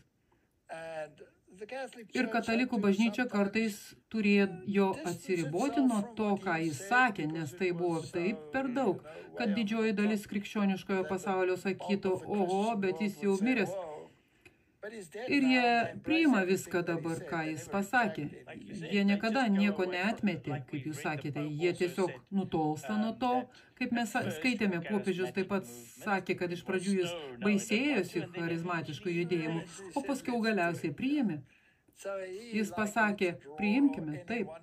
Taigi jis kaip Richardas Rohras ar bet kuris iš tų, kurie seka Edeno sodo demono ir žalčio nurodymais, suprato tašką, kai tu supranti, kad tu esi Dievas. Ir jis yra vienas iš labiausiai cituojamų okultistų ir naujųjų laikų rašytojų. Naujo amžiaus rašytojų. Ir jis vartoja tokius žodžius kaip vertėgenezė, kolektyvinis bendrakūrimas, bendros pastangos, omega taškas, kosmogenezė, kur susijungia kosmosas, nauja pradžia, kur susijungia protai. Tai konsenso teologijos susiliejimas. Tai skamba labai panašiai kaip alfa kursas. Alfa kursas, taip, celių grupė, kur tavo treneris sako tau, kad mes turime susilieti į Rozenkreicerių ordiną ir 12 aplink vieną nesąmonę, tiesa. Tik pažiūrėkime, koks gudrus yra velnias, nes Jėzus taip pat pasakė, kad mes galime būti viena, kaip jis ir jo tėvas yra viena. Taigi, jie tai visiškai iškreipia ir taip, kad tai prieštarauja tam, ką sako Biblija. Įdomu tai, kad tų, kurie Jėzaus laikais buvo pasiruošę priimti šventąją dvasią, buvo 120. Taigi tai supainioja tuos 12 aplink vieną problemą. Būtent. Galbūt jie mano, kad 120 iš tikrųjų yra 12 plus 0. Taigi tai 12. Tikriausiai taip jie sakytų. Taigi, jie nori naujo dvasingumo ir jis remiasi Hegelio dialektika. Daugia kultūriškumo sąlygomis kiekviena frakcija išlaiko savo tapatybę, tačiau susilieja į vieną kosminį susiliejimą. Musulmonai, žydai, krikščionys ir taip toliau. Jie visi tampa viena bendra sriuba. Tai cituojama iš Rolando H. Bentono knygos Religinės laisvės kančia. Jis sako, kad kiekvienas, kuris atsisako būti bandomas, turi būti amputuotas dėl bendros gerovės. Tai buvo pagrindas eretikams naikinti. Augustinas jau teigia, kad sodininkas geni supuvęsią šaką, kad išgelbėtų medį, o gydytojas amputuoja sergančią galūnę, kad išsaugotų gyvybę.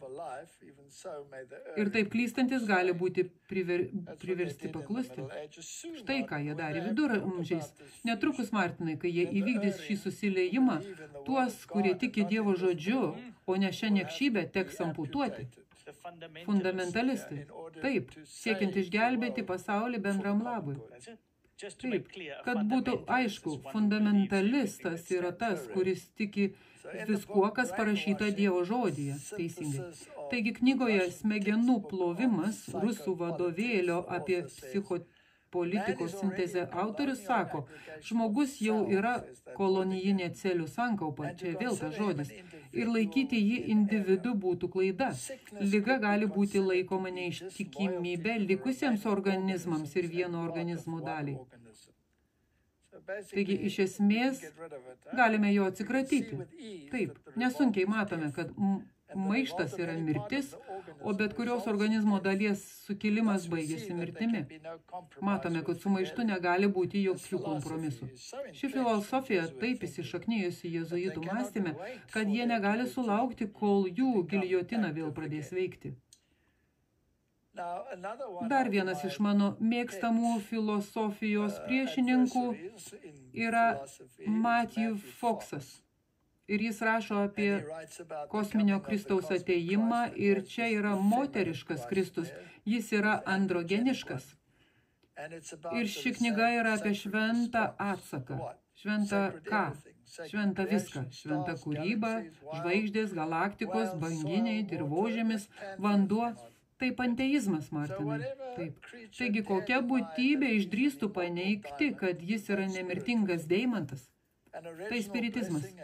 Originalus palaiminimas ir dieviškojo atvaizdas, tai yra žalčio mokymas, kad tu tampi Dievu. Mano patirtis rodo, kad tik žmonės drįsta paneigti savo dieviškumą, drįsta paneigti kosminį Kristų.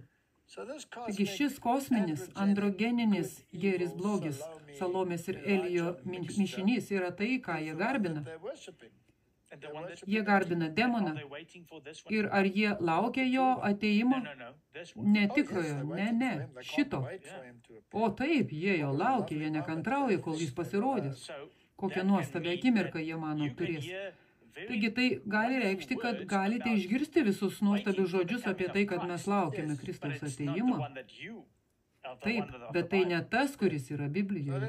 Taip. Pažiūrėkime, ką šiuo klausimu sako Romos kataliko dokumentai. Pamastykime čia prieš cituodami juos. Šiuolaikinė krikščionybė formavo jėzuitų susitikimo teologija ir dvasinis ugdymas, vadovaujamas ignaciškos dvasinės krypties. Tai mes ir parodėme. Kol siela tapo susiskaldžiusi, priklausoma nuo susitikimo ir pavaldi bažnyčiai arba tavo dvasiniam patarėjui. Paskaitykime, ką sako Antrojo Vatikano suvažiavimo dokumentai. Formuodami savo sąmonę, tikintieji turi atlaidžiai stebėti šventus ir tam tikrus bažnyčios mokymus, nes katalikų bažnyčia Kristaus valia yra tiesos mokytoja. Tu turi mąstyti, kaip jie mąsto, turi stebėti ir sekti paskui mane, sako jį. Atsimenat, jie sako, jei tai, ką matote, yra balta, o jie sako, kad juoda, turi tikėti, kad tai juoda. Teisingai. Savo katekizme jie taip pat sako, sąmonės ugdymas yra būtinas žmonėms, kurie patiria neigiamą įtaką ir gundomi nuodėmės, pirmenybę teikia savo sprendimui ir atmeta autoritetingą mokymą. Taip, aš atmetu viską katalikų katekizme. Aš nežinau, ką jie man padarys, jie mane amputuos, ar kaip, Martinai? Būsite atskirtas nuo bažnyčios. Tai bus didelė garbė. Manau, kad jie tai jau padarė. Beje, aš oficialiai išstojau iš katalikų bažnyčios. Jie man parašė laišką. Jie priėmė? Ne, jie pasakė, kad ne. Jie taip tiesiogiai nepriėmė. Jie pasakė, kad turinys buvo pažymėtas. Gerai, pažymėtas. Taigi vėlgi, kas yra dvasinis ugdymas? Biblija kalba apie transformaciją, o ne apie formavimą. Ir nemėgdžiokite šio pasaulio, bet pasikeiskite, atnaujindami savo mąstymą, kad galėtumėte suvokti Dievo valią, kas gera, tinkama ir tobula. Taigi, tai tapo pavyzdžiu. O pavyzdys man yra Jėzus Kristus. Taip, gerai. Taigi, aš nesekiau Jėzumi Kristumi dėl to, kad man buvo liepta tai daryti. Mano maištinga prigimtis niekada to neleistų. Aš pradėjau sekti Jėzumi Kristumi, nes pamačiau, koks jis yra. Ir Jonas buvo griaustinio sūnus. Ir jis pasikeitė, nes stebėjo pavyzdį. Ir aš norėčiau pasikeisti, nes stebėjau pavyzdį. Man patinka viskas, ką skaitau apie Jėzų Kristų. Amen. Aš nežinau apie tave. Man lygiai tas pats. Jis vienintelis vadovas, kurį pažįstu, kuris nepretenduoja būti treneriu. Taip tiesa. Na, tik pagalvojus, aš dabar pagalvojau, nežinau, ar yra kas nors, kai į juos kreipiamasi su šiomis tiesomis, į visą tai įsiskverbė jėzuitai, kad jie iš pradžių nesispardytų prieš tai. Bus šokiruotas. Gerai, taigi Biblija kalba apie Kristų, susiformavusi viduje, neturinti pavydalo iš išorės. Mano vaikeliai, Galatams 4:19, kuriuos aš ir vėl su skausmu gimdau, kol jumyse išryškės Kristaus atvaizdas. Jis niekada jūsų neverčia ir neprievartauja, jis tiesiog pateikia jums pavyzdžius jūsų gyvenime apie pasekmes, jei elgiatės kitaip. Taip, ir jie ne visada malonus pasekmes. Taigi, eikime toliau. Opus Dei ir formavimas. Ir mes parodėme keletą politinių veikėjų, kurie buvo giliai įsitraukę į Opus Dei naujajame Trumpo kabinete, tiesa? Taip. Opus Dei, Dievo kelias, įkūrėjas, yra Jose Marija Escriva. Ir jis kalba apie šį dvasinį formavimą. Ką tai iš tikrųjų daro? Kad tikras krikščionis turi būti drausmingas ir paklusnus dvasiniam vadovui. Štai ką tai reiškia. Kitaip tariant, atsisakyk savo individualumo, savo mąstymo, tapk apmiręs smegenimis ir vykdyk kažkokio bozo, kuris save vadina dvasiniu vadovu, kurį kažkas moko, kurį moko jėzuitai. Taip, tai veikia. Tada kitas, kuris dabar jau miręs, yra Richardas Fosteris. Jis yra krikščionių psichologas ir yra organizacijos vadinamas Renovare įkūrėjas. Ir jis taip pat kalba apie meditacinės apmąstymo tradicijas, mistiką, zeną, budizmas, psichoterapiją ir kitką. Aš kalbėjusi kartą su pastoriumi, aukštų mūsų denominacijos pareigūnų. Ir jis man pasakė, kad skaitydamas šio konkretaus asmens Richardo Fosterio knygas, suprato, kad jis yra įkvėptas taip pat, kaip ir pranašystės dvasios rašytojas. Na, tai mane pribloškė iki širdies gelmių. Aš tiesiog supratau, kaip toli tai įsiskverbė į mūsų pačių visuomenės lyderių mąstymą. Mūsų pačių bažnyčioje. Oho. Ir aš pagalvojau, ką man dabar pasakyti šiam žmogui? Na, žinai, ką aš jam pasakiau? Aš visiškai su tavimi sutinku. Vienas yra įkvėptas iš viršaus, o kitas iš apačios. Jis liko visiškai nepatenkintas manimi. Gerai, taigi apie ką eina kalba? Jis kalba apie kontempliatyvę maldą užpildytą gyvenimą. Tai žinoma yra kontempliatyvi malda, kurioje tu suvoki savo dieviškumą. Šventumas, dorybingas gyvenimas, charizmatiškas, dvasios įgalintas gyvenimas, socialinis teisingumas, įkūnijimas, sakramento gyvenimas, kur tu atlieki tam tikrus ritualus, eini tam tikrais keliais, perini bet kokį labirintą ir visas šias nesąmonės. Tai pagrįsta darbais. ir į žodį orientuotas evangelinis gyvenimas. Kai jis kalba apie į žodį orientuotą, tai paimi vieną žodį ir mastai apie jį, tiesa, ne Dievo žodį. Ne, žinoma, kad ne. Taigi, ką jis sako? Jis sako, eidamas į istoriją ne kaip pasyvus stebėtojas, tai dabar yra vaizduotė ir vizualizacija, jis tai paaiškina, bet kaip aktyvus dalyvis, kaip mes minėjome, būtent tai jie daro. Taigi yra Ignacijos jėzuitų teologija. Tai krūva nesąmonių. Atminkite, kadangi Jėzus gyvena amžinybėje dabar ir jis nėra suvaržytas laiko, šis praeities įvykis jam yra gyva dabartis. Vadinasi, jūs iš tikrųjų galite susidurti su gyvuoju Kristumi, kai į jūs kreipsis jo balsas ir jūs palies jo gydomoji galia. Tai gali būti daugiau nei vaizduotės mankšta, tai gali būti tikra konfrontacija. Jėzus Kristus iš tikrųjų ateis pas tave. Tai demono pasirodymas. Tai taip beprotiška, nes tiek daug žmonių įklimpo į tai. Tikrai geri krikščionys. Taip, ir tai pavojinga. Taigi pažvelkime į keletą citatų iš tam tikrų žmonių, kurie laikosi šios minties. Yra vienas DVD pavadintas Būk ramus. Ir štai keletas citatų. Vienas iš didžiausių dalykų, kuriuos daro tyla, suteikia mums naują Dievo sampratą. Martinai, Dievo žodis suteikia mums Dievo sampratą. Būtent, ir Dievo žodis kalba. Tu negali išrasti naujo už tai, kas jau buvo atskleista Biblijoje. Kontemplatyvioji malda nuostabi tuo, kad ją galima rasti visur, bet kur ir bet kada. Mes tampame nešiojama šventovė. Todėl gyvename savo gyvenimą, kad ir kur jis būtų, suvokdami Dievo gerumą, Dievo buvimą. O dieviškasis mokytojau, išmokyk mane šios nebylios kalbos, kuri tiek daug pasako. Ji nieko nesako. Taip, tai yra išgalvota. Tai kaip budizmas. Pagrindinė būsena, nirvana, yra nebūties būsena. Man visada buvo įdomu, kaip velnias pasiekė šį nuostabų žygdarbį. Bausmė už nuodėmę yra amžina užmarštis, nebūties būsena. Ir sukurti religiją, kurioje nebūties būsena tampa pagrindiniu dalyku, kurio reikia siekti, man yra be galo stulbinantis. Aš atėjau, kad žmonės turėtų gyvenimą, kad apščiai jo turėtų, o ne nebūties būsena. Ne, tai yra tiesiog priešingai, visiškai priešinga Biblijai. Ir jei gali šokti kažkokį šventą šokį, kažkiek pasukuriuoti ir bugnuoti, ir nesvarbu, ar esi musulmonas, ar sufijų religijos, ar krikščionių religijos, šokime. Taigi, sakralinis šokis, šventa nebūtis, šventa kontemplatyvi malda, kur tu esi Dievas, visiškai nemąstymo būsena.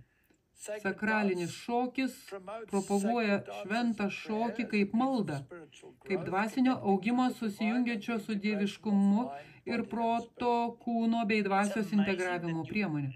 Nuostabu, kad viskas, ką matome, yra skirta tau, kad būtumei dvasingesnis ir gautumei daugiau atsakymų iš Dievo. Teisingai. Darbais paremta. O kaip dėl paklusnumo? Būk paklusnus ir skaityk Bibliją. Čia daug įdomiau. Šokėjai šoka prieš popiežius Benedikto mišias. Martinai, ar tai nuves tave pas Dievą, ar nuves tave kur nors kitur? Ir kaip tais šios šokančios moterys būna taip menkai apsirengusios, kad tikrai nesusimąsto. Žemo lygio mąstymas, Martinai, visi šie šventi šokiai ir dalykai. Ar manai, kad jėzuitai čia taip pat įsitraukia? Esu tikras, tai ateina iš jų. Viskas, kas bloga, ateina iš jų, tiesa.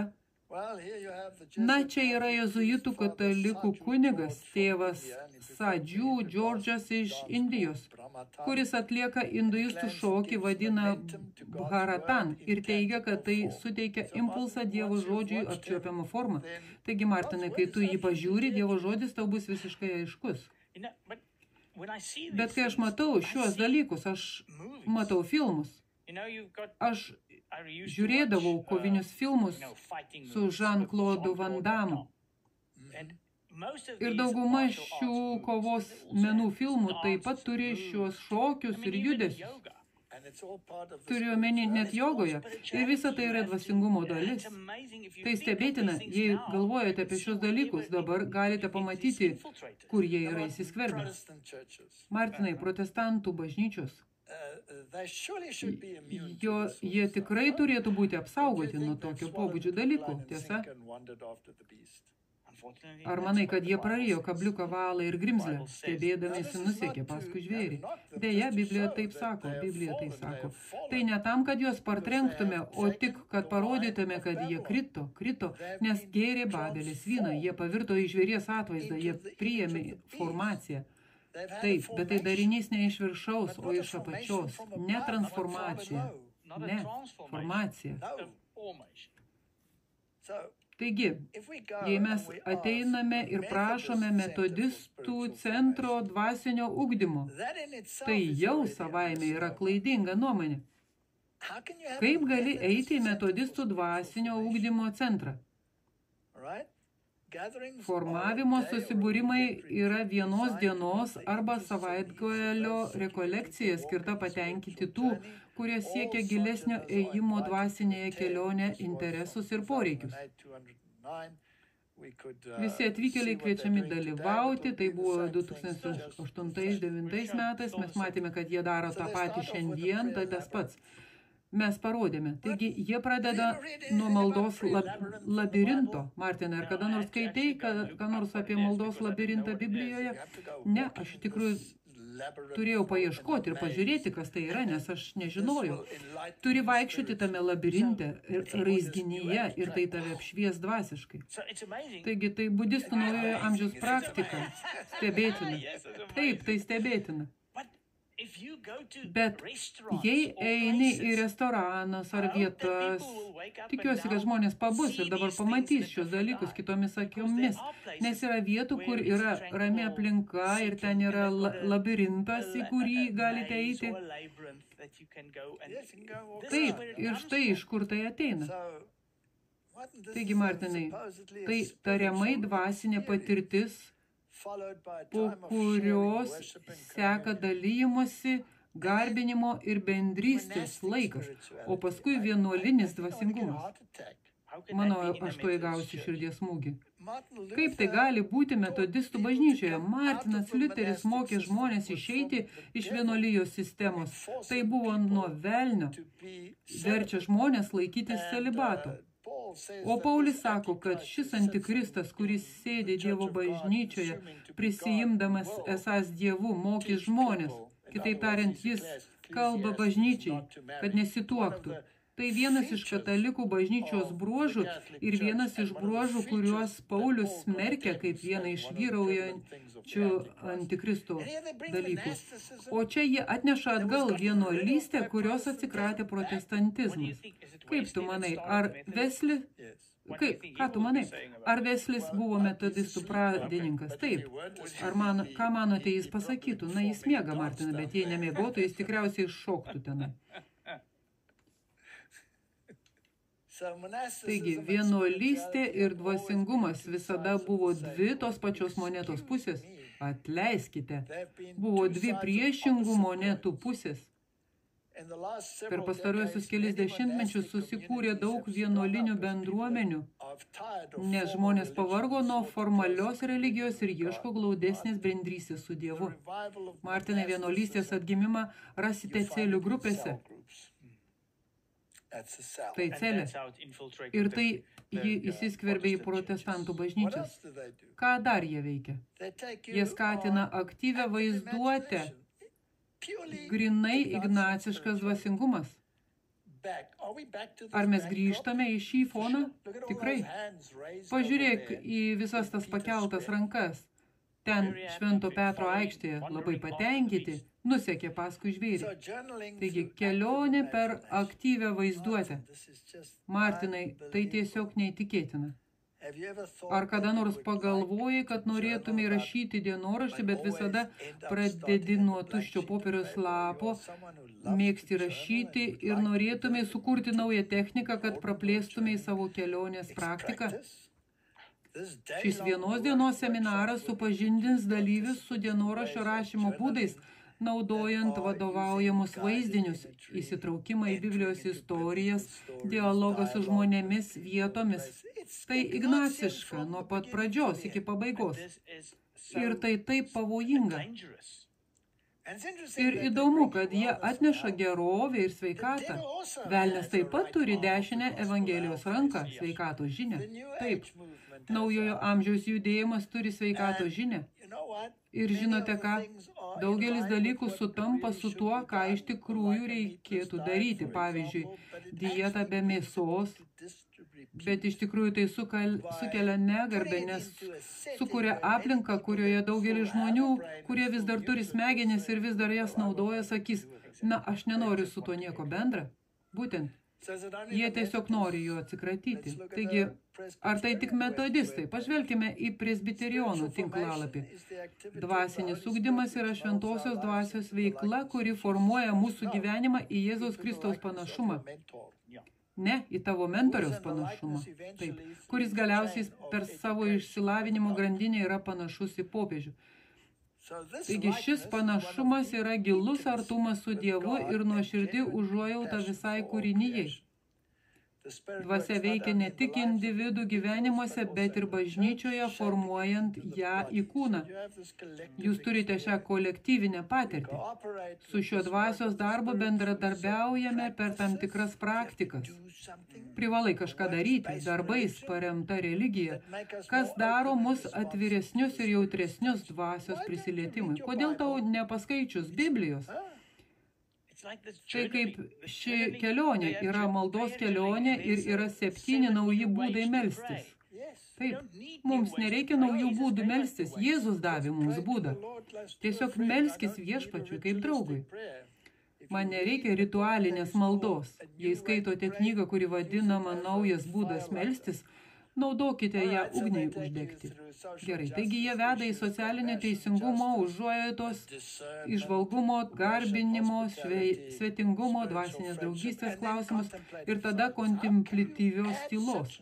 Kaip galima pridėti tokių nesąmonių į mišinį, ypač kai esate protestantų bažnyčia? Gerai, pažvelkime į naujojo amžiaus veiksmų būdą. Ir visa tai yra tas pats. Jei tai krikščionė ar naujasis amžius ar okultizmas, visa tas pats. Taigi čia yra šventojo rato kompanija, labirinto nesąmonė. Yra žvakės ir maldos karoliukai, rožančiai ar ką tik turite. Taigi tai įdomi, novatoriška partnerystė siūlanti esminę medžiagą, gaires ir informaciją dvasiniai visumai puoselėti. Ir vėlgi yra labirintas, grupelis, meditacija, visą tai rasite visame krikščioniškame pasaulyje. Čia yra naujojo amžiaus bažnyčia ir jie sako, tai yra naujojo amžiaus bažnyčia, taip bus viskas daroma. Tada tu stebėdamasis nuseki paskui žvėrį. Čia yra ramybė, tyla, vienatvė, paprastumas, atsiribojimas, įžvalgumas. Visada ta eilutė, tiesa. Bet mes ją apibrėžiame kitokiame kontekste. Atsidavimas, malonumas, nuolankumas, gydymas, šventumas, dangiškumas. Per ką? Sėdint gaga būsenoje? Taip.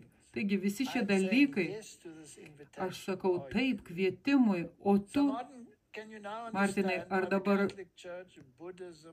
supranti, kodėl katalikų bažnyčia, budizmas, hinduizmas ir viskas telpa į tą patį puodą? Taip. Štai kodėl dauguma kitų bažnyčių dabar taip pat gali priimti bet kokią religiją.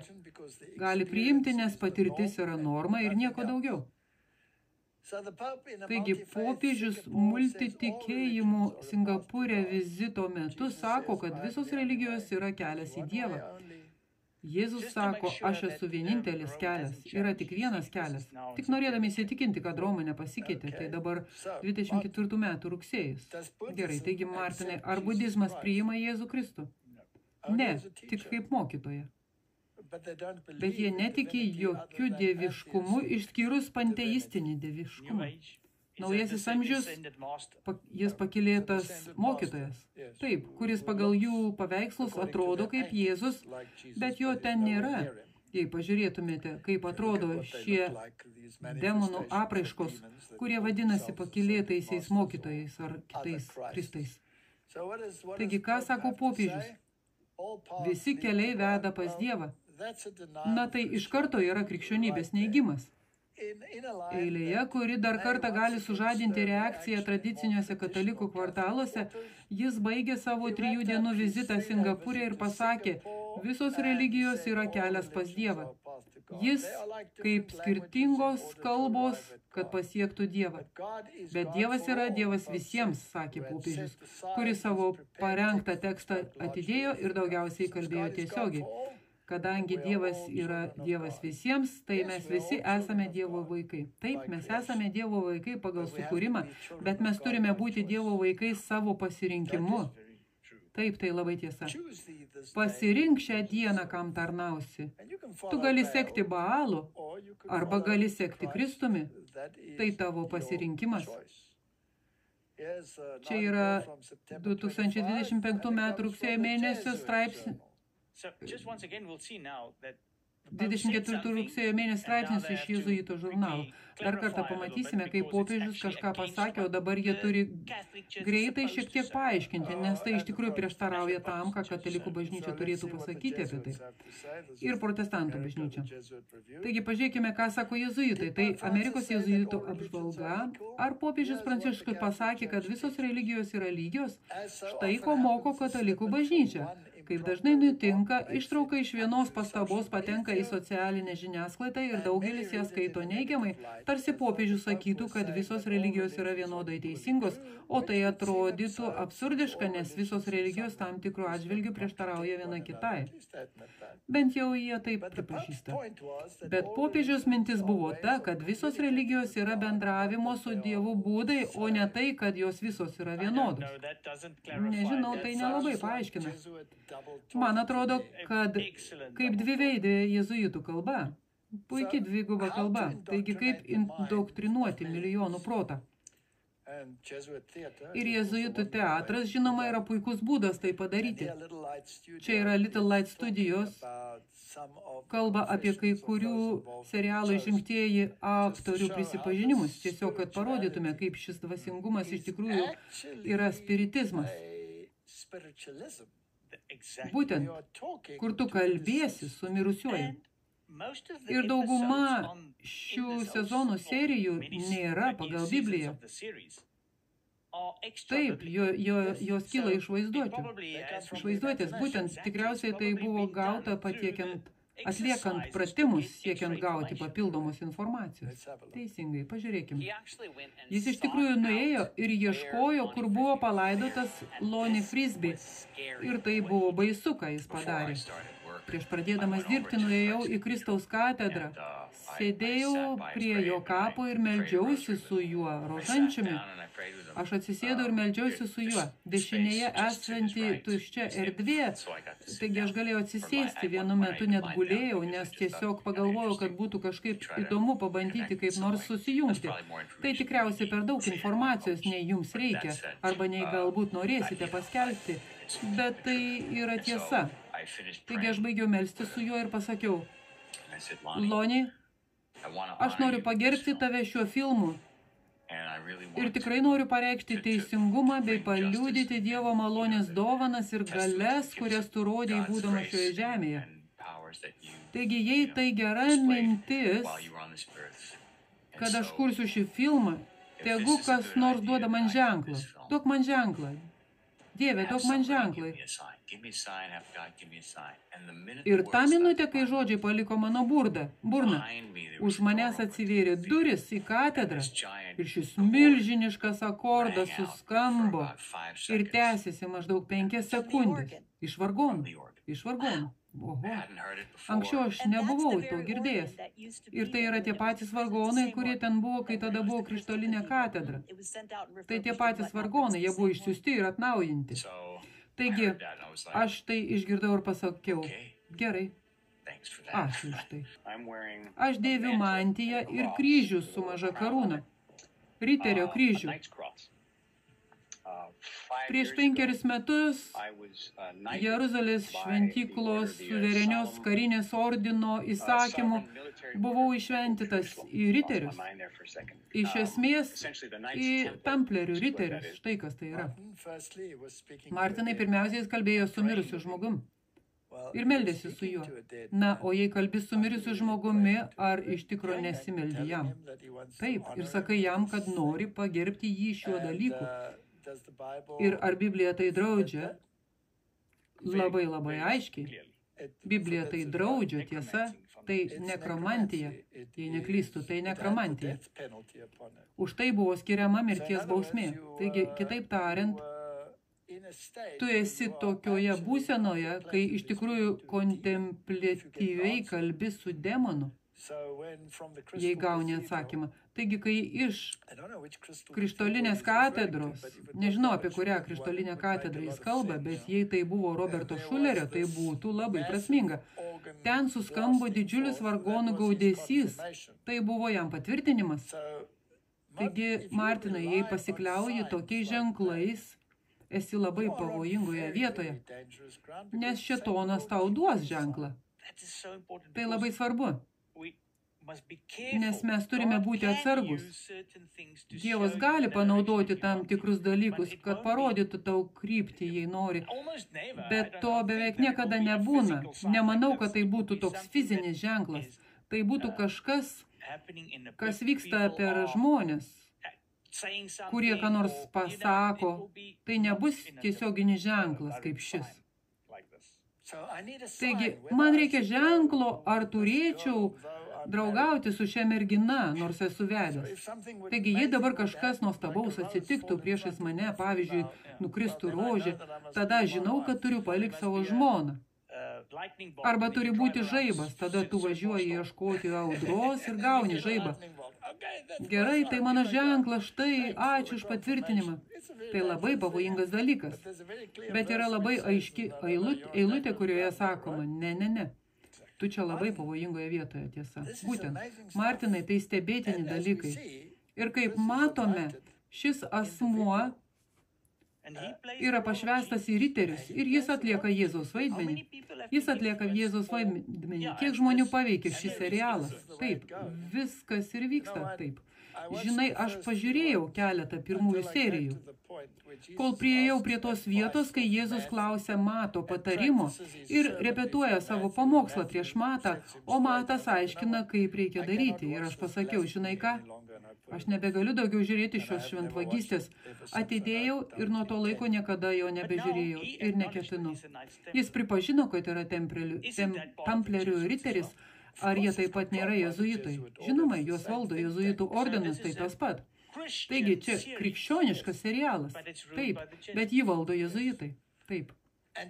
Ir vien todėl, kad tas, kuris valdo, paima knygą Amžių troškimas ir ją laiko, ar gali būti, kad tie, kurie priklauso adventistų denominacijai, pasakys, na, tada turbūt gerai, eime visi.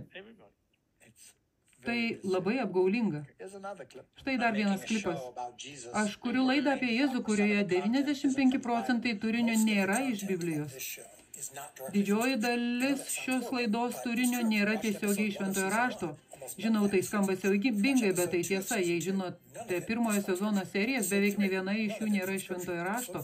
Antro sezono serijos ne viena iš nėra iš Šventojo rašto. Trečias epizodas ne iš Šventojo rašto. Ketvirtas epizodas ne iš Šventojo rašto. Manau, kad kai jie mato šią vaizduojamą Jėzaus versiją, jis turi savų žmogiškų srautų, pavyzdžiui, jis yra labai draugiškas, maloningas ir manau, kad žmonėms reikia pamatyti tą Jėzaus pusę, nes daugelis iš mūsų buvom priverstinai maitinami tokia Jėzaus versija, kuriam rūpi tik mūsų elgesys. Kiekviena istorijos serija tai atstumia atgal. Taigi viskas yra ne pagal šventąjį raštą. Jame dalyvauja ir mormonai. Taigi jis buvo su trūkumais ir jei matai trūkumus, gali susitapatinti su juo. Aš maniau, kad jis yra nepriekaištingas, Martinai. Jis buvo vienintelis asmuo, kuris buvo be nuodėmės. Jie vėl nuleidžia Jėzų žemyn prie mūsų, o ne mus link jo. Teisingai. Jėzuitai ir kontrreformacija yra labai rimta problema. Ir visos šios denominacijos krito. Ir jie pasiekė tašką, kur dabar yra demonų namai. Jei praktikuojate šios dalykus, jūs praktikuojate demonologiją. Tai demonų namai, norime to ar ne. Tai skamba labai žiauriai, bet tokia yra realybė. Apreiškimo 7:3 eilutė. Nekenkite nei žemei, nei jūrai, nei medžiams, kol paženklinsime antspaudu savo dievų tarnų kaktas. Aš noriu žinoti, kaip būti užantspauduotam. Nes mes gyvename užantspaudavimo laiku. Suvyniok liudijimo raštą, užantspauduok mokymą ir laikyk tarp mano mokinių. Martinai, taip turi būti liudijimas, pagal įstatymą ir liudijimą, jei jie kalba ne pagal šį žodį. Jis ką tik pasakė, kad jame nebuvo nieko pagal Bibliją. Pagal įstatymą ir liudijimą, jei jie nekalba pagal šį žodį, juose nėra šviesos. Ir jei juose nėra šviesos, tai juose tik tamsa, tai nuo velnio. Oho, tai labai gera analogija, kurią dar kartą padarėte. Ne, aš tai padariau. Ne, bet 95% iš to nėra pagal įstatymą ir liudijimą. Ne pagal įstatymą ir liudijimą. Taigi, jei aš noriu būti užantspauduotas, turiu gyventi pagal įstatymą ir pagal liudijimą. Biblija yra mano vadovas. Kai tik Dievo tauta bus užantspauduota kaktose, kitaip tariant, jūsų pažinimo gebėjimas. Tai nėra antspaudas ar ženklas, kurį galima pamatyti, o įsitvirtinimas tiesoje. Tavo žodis yra tiesa, tiek intelektualiai, tiek dvasiškai, kad negalėtumėte būti pajudinti. Dievas pasakė, man nesvarbu, kiek formavimo tu turi, man nerūpi, kiek treneris man sako, kad aš neturiu naudoti šios doktrinos ar tos doktrinos. Aš laikysiuosi to, ką pasakė Dievo žodis. Labai džiaugiuosi ten pavartotų žodžių intelektualiai. Taip, nes dvasinis ugdymas neturi daug intelektualumo. Ne, tai daug tuštumos ir smegenų mirties, kaip lavonas. Kai tik Dievo tauta bus užantspauduota ir paruošta išsijojimui, jis ateis. Ir išsijojimas bus susijęs su Dievo žodžio detalėmis. Iš tikrųjų, jis jau prasidėjo. Dievo teismai dabar yra žemėje, kad įspėtų mus, kad žinotume, kas ateina. Greitai artėja dienos, kai kils didelis sumišimas ir sumaištis. Šėtonas apsirengęs angelo rūbais apgaus, jei įmanoma, pačius išrinktuosius. Bus daug dievų ir daug viešpačių. Pūs visi doktrinos vėjai, išskyrus Biblijos doktriną. Manau, kad mes tai jau matome. Mes tai matome absoliučiai. Taigi pabaikime Izaijo 64:8 eilute ir Jeremijo. Tačiau viešpatie, tu esi mūsų tėvas, mes molis, o tu mūsų puodžius, visi mes tavo rankų darbas. Tuo tarpu Jeremija sako, argi negaliu ir aš su jumis Izraelio namai pasielgti kaip šis puodžius? Tai viešpaties žodis iš tikrųjų kaip molis puodžiaus rankose, taip mano rankoje esate jūs Izraelio namai. Taigi, Martinai, žmonija nemėgsta būti lipdoma, ne. Ir Dievas nori tave suformuoti, bet jis nenori tavęs priversti. Taigi jis nori, kad išstudijuotume jo žodį, o ne eitume ir stebėtume besmegenio lotoso pozoje, braidytumėte labirintę ir galvotumėte, kad dabar tapote dvasinę būtybę kitoje tos nesąmonės pusėje. Ne, jis nori, kad tu studijuotum Dievo žodį, įtrauktum jo mokymus ir nuspręstum, noriu gyventi santarvėje su tuo ar ne. Tai pasirinkimas. Pasimelskime. Dangiškasis tėve, jie tikrai įsiskverbė į žmonių protus ir paleido juos sodo takų labirinte. Tuo tarpu mes turime tikrą pranašystės žodį, į kurį verta atkreipti dėmesį. Pagal įstatymą ir liudijimą. Jei jie nekalba pagal šį žodį, tai todėl, kad juose nėra šviesos. Padėk jiems tai suvokti, atsiskirti nuo Babilono, išeiti, kad jie nepatirtų negandų. Tai mano malda Jėzaus vardu. Amen.